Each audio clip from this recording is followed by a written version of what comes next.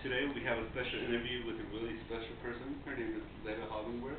Hello Letta, how are you today? Great, thank you. How about yourself? I'm doing fine myself. So tell me a little bit about you.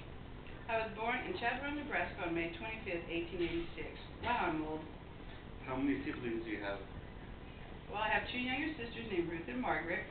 Wow, how did I start this? Life at home wasn't the best childhood in which any child wanted. My mother passed away immediately after giving birth to my youngest sister, Margaret. I really didn't grow up having a father. My father abandoned us and left us with my mother's parents for about 10 years. When my father came back when I was 12, he had remarried and took me and my sisters with him to live with his new wife in Gallatin, Nebraska. Throughout the whole time we were with them, our family suffered from alcoholism from my father and my stepmother. So how did that make you feel? How did it affect you and your sister's situation? We felt lonely, isolated, and we really didn't feel comfortable at all being in the place. We missed our home, the family that we had with my grandparents. So tell me, how old were you when you first started writing?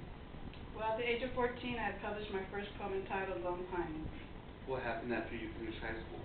Well, when I finished high school, I attended the University of Nebraska. Also, this is where I met my husband, Harry Hollingworth. So how is your husband? Does he support you in your work? My husband is great. Of course, he supports me in everything I do. He's also a psychologist. We help each other as much as possible in everything we do. While I stayed in the University of Nebraska, he had to move to Columbia University in New York because he had other projects to finish over there.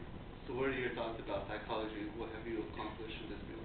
I want to let people know that my master's thesis of sexist is really unprofessional and shouldn't discriminate women and what they want to accomplish in life.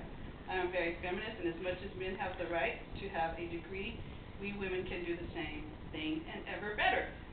So you're saying that women still have the same eminence as men do? Of course.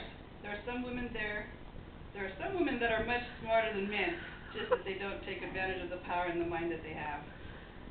So I also read that from one of your positions of chief of psychological lab